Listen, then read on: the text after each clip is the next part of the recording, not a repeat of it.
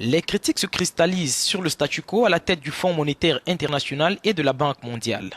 Les pays émergents qui ont mis sur pied la Banque du développement des BRICS, une institution rivale, s'insurgent contre le maintien d'une règle non écrite au sommet du système financier mondial, à savoir que la Banque mondiale est pilotée par un Américain et le FMI par un Européen. Le changement de ces institutions est plus lent que prévu et l'attente de les voir changer a peut-être été réduite par rapport à ce qu'elle était au beau milieu de la crise de 2008-2009, quand nous avons eu l'impression qu'il y avait une véritable intention de réformer le FMI et la Banque mondiale. La Banque du développement des pays du BRICS a été mise sur pied en juillet 2015. Son objectif est de lutter contre la sous-représentation des pays émergents dans les grandes institutions économiques. Ses dirigeants accusent notamment le FMI et la Banque mondiale d'encourager des politiques protectionnistes en Europe et aux États-Unis.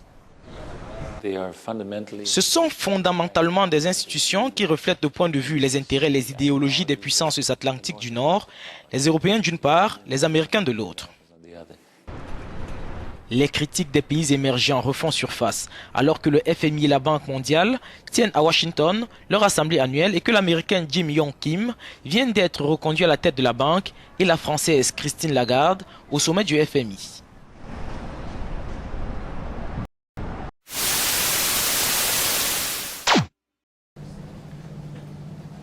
Au Maroc, les réunions annuelles du Fonds monétaire international et de la Banque mondiale qui se tiennent depuis lundi 9 octobre à Marrakech se sont achevées sur une note d'espoir. Les États membres du FMI ont accepté d'augmenter leur contribution au prêteur mondial et d'accorder un troisième siège à l'Afrique au sein de son conseil d'administration. Nous sommes parvenus à un consensus sur l'importance de stimuler une croissance inclusive et durable en progressant au niveau de nos agendas climatiques et numériques. Nous allons soutenir les efforts pour remédier aux vulnérabilités de la dette. Nous nous félicitons d'avoir pu combler le déficit de financement du Fonds fiduciaire pour la réduction de la pauvreté et la croissance. Nous pourrons ainsi aider les membres les plus vulnérables.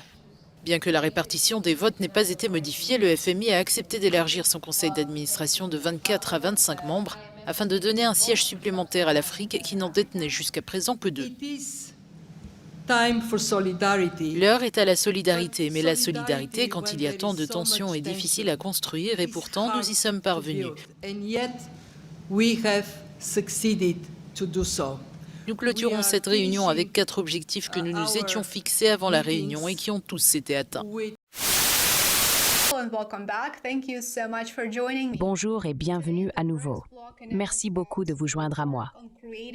Aujourd'hui, le bloc des BRICS a annoncé qu'il travaillera à créer un système de paiement basé sur la blockchain et les technologies numériques. Ce nouveau système réglera les échanges et les transactions. Il deviendra effectivement une alternative au dollar des États-Unis. Ce mouvement va être crucial pour aider le bloc à commercer en monnaie locale. Cela les aidera à réduire leur dépendance au dollar.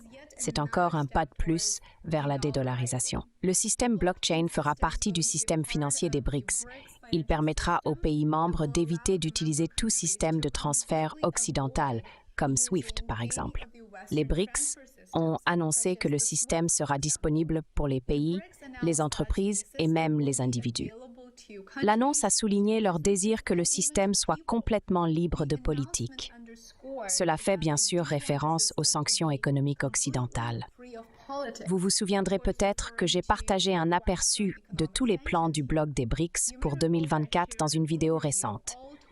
L'un des principaux objectifs cette année est de faciliter les transitions monétaires des pays des BRICS. C'est précisément ce que nous voyons ici. Yuri Ushakov, un diplomate russe, aide présidentiel et l'un des représentants des BRICS, a dit qu'il travaille à développer ce qui est appelé l'arrangement de réserve contingent.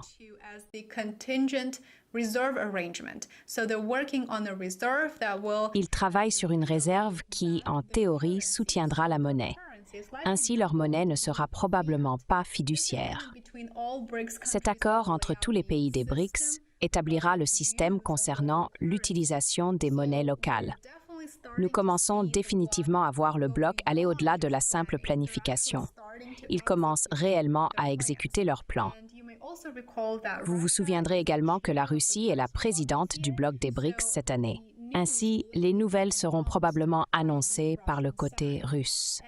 Il n'y a pas de calendrier que nous connaissions à ce stade pour le lancement du nouveau système blockchain des BRICS, mais si vous vous souvenez, le sommet des BRICS est prévu pour octobre de cette année et il aura lieu à Kazan. Ainsi, il pourrait être sûr de supposer qu'à ce moment-là, ce nouveau système sera soit prêt à être lancé, soit nous en saurons plus sur le calendrier à ce moment-là. Outre la blockchain et le système numérique, le bloc des BRICS s'est associé à la Banque de Russie pour créer la plateforme de paiement multilatérale BRICS Bridge, qui fera partie du système monétaire mondial. C'est encore une autre étape pour impacter la manière dont le système financier mondial fonctionne. Dans un post sur X, Yuri Ushakov a abordé les affirmations, faites principalement par les médias grand public occidentaux, que le bloc des BRICS attaque le dollar des États-Unis en créant un système alternatif qui les libérera des sanctions occidentales.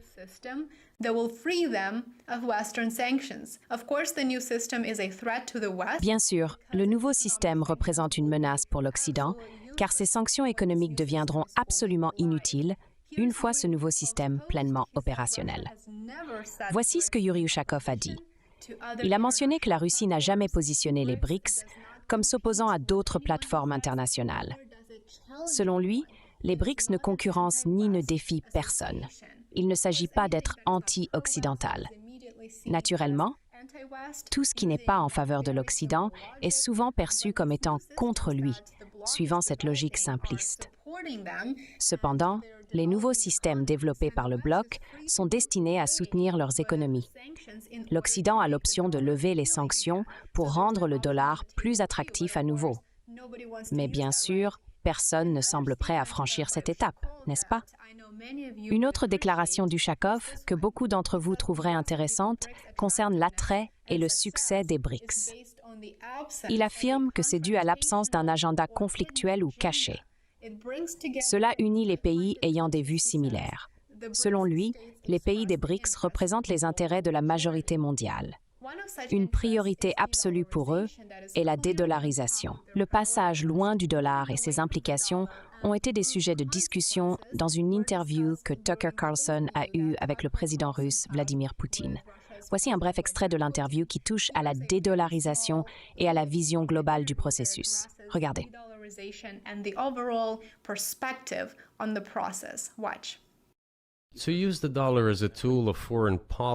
Utiliser le dollar comme un outil dans les luttes de politique étrangère est l'une des plus grandes erreurs stratégiques commises par les dirigeants politiques américains. Le dollar est la pierre angulaire de la puissance des États-Unis. Il est largement compris que peu importe le nombre de dollars imprimés, ils se répandent rapidement dans le monde entier. L'inflation aux États-Unis est minime, autour de 3 ou 3,4%, ce qui est considéré comme totalement acceptable pour les États-Unis. Cependant, l'impression de monnaie continue. Que signifie une dette de 33 billions de dollars? Cela pointe vers le problème de la création monétaire.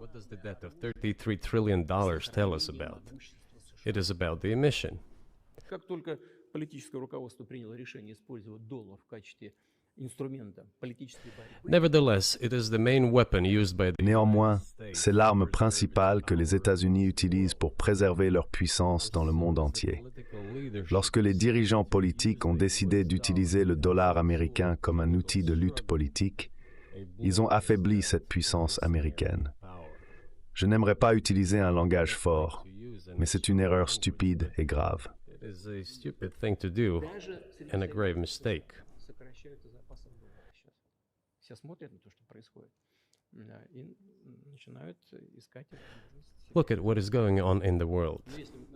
Regardez ce qui se passe dans le monde.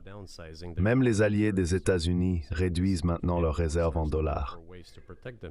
En voyant cela, tout le monde commence à chercher des moyens de se protéger. Mais le fait que les États-Unis appliquent des mesures restrictives à certains pays, comme imposer des restrictions sur les transactions et geler des actifs, suscite une grande inquiétude et envoie un signal au monde entier. Qu'avions-nous ici? Jusqu'en 2022, environ 80% des transactions commerciales étrangères de la Russie étaient effectuées en dollars américains et en euros. Les dollars américains représentaient environ 50% de nos transactions avec des tiers pays. alors qu'actuellement, cela est tombé à 13%. Ce n'était pas nous qui avons interdit l'utilisation du dollar américain. Nous n'avions aucune intention de le faire. C'était la décision des États-Unis de restreindre nos transactions en dollars américains. Je pense que c'est une complète absurdité du point de vue des intérêts même des États-Unis et de ses contribuables, car cela nuit à l'économie américaine et sape le pouvoir des États-Unis à travers le monde. D'ailleurs, nos transactions en yuan représentaient environ 3%. Aujourd'hui, 34% de nos transactions sont effectuées en roubles et un peu plus de 34% en yuan. Today, 34% of our transactions are made in rubles and about as much, a little over 34% in yuan. Why did the United States do this? Pourquoi les États-Unis ont-ils fait cela? Mon seul soupçon est l'autosuffisance. Ils ont probablement pensé que cela entraînerait un effondrement total, mais rien ne s'est effondré. De plus, d'autres pays, y compris les producteurs de pétrole, envisagent et acceptent déjà les paiements pour le pétrole en yuan. Vous rendez-vous compte de ce qui se passe? Quelqu'un aux États-Unis s'en rend-il compte? Que faites-vous? Vous vous isolez. Tous les experts disent ça. Demandez à toute personne intelligente et réfléchie aux États-Unis ce que le dollar signifie pour les États-Unis. Vous êtes en train de le tuer de vos propres mains. Il est absolument clair que le nouveau système de blockchain sera un véritable changement de jeu. Cela permettra au bloc des BRICS d'être perçu comme un concurrent très sérieux sur les marchés financiers. Je vous tiendrai informé lorsque plus d'informations seront officiellement publiées.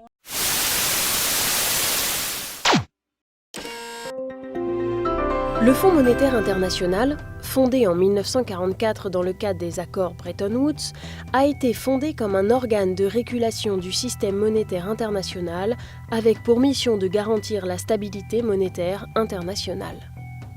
À ce moment-là, le monde a traversé 30 ans de déséquilibre économique, avec la Première Guerre mondiale, la crise de 1929 et la Seconde Guerre mondiale.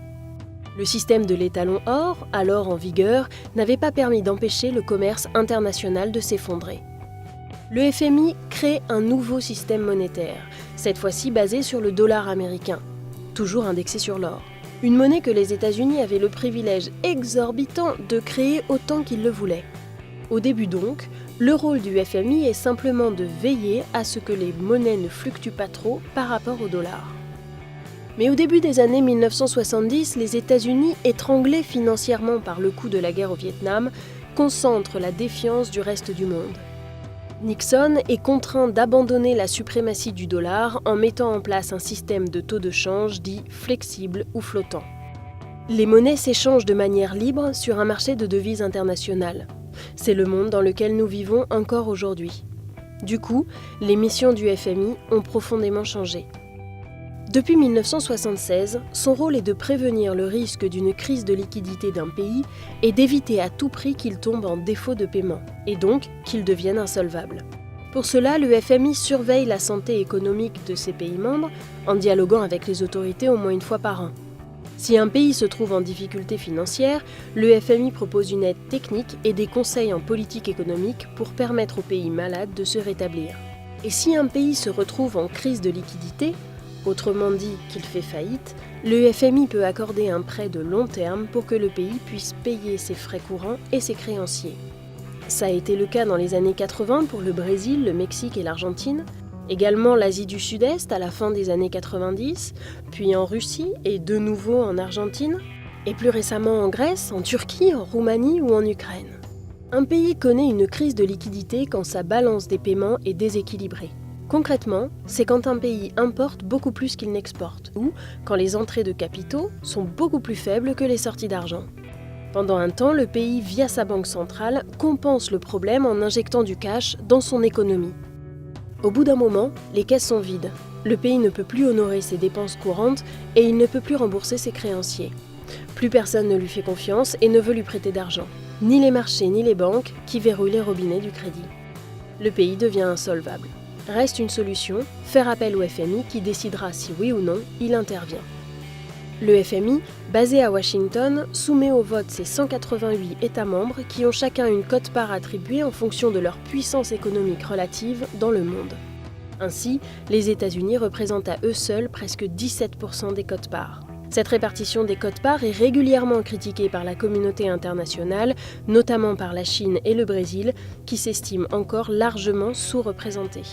Lorsque le FMI décide d'accorder un prêt, c'est au prix d'une perte d'autonomie.